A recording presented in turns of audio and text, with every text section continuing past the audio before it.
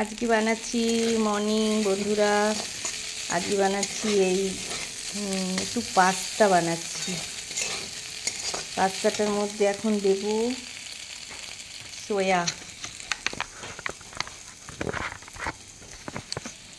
হয়ে গেছে, এই সবজিগুলো বয়েল হয়ে গেছে। একটু সোয়া দিলাম, সোয়ার পর একটু পাস্তার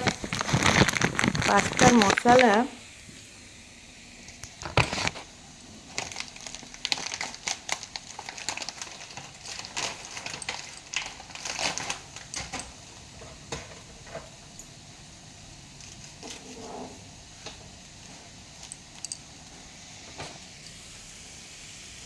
এই যে পাস্তা প্যাকেট, এই মশলাটা দিলাম, বেশি না বলে অল্পই দিলাম।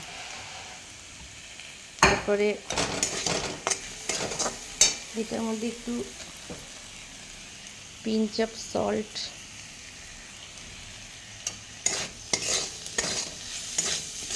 আর তারপরে দিলাম পাস্তাটা অ্যাড করলাম।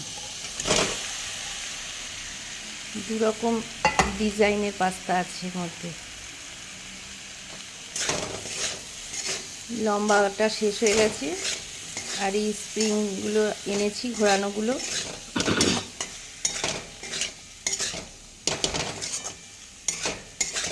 আজকে ব্রেকফাস্ট।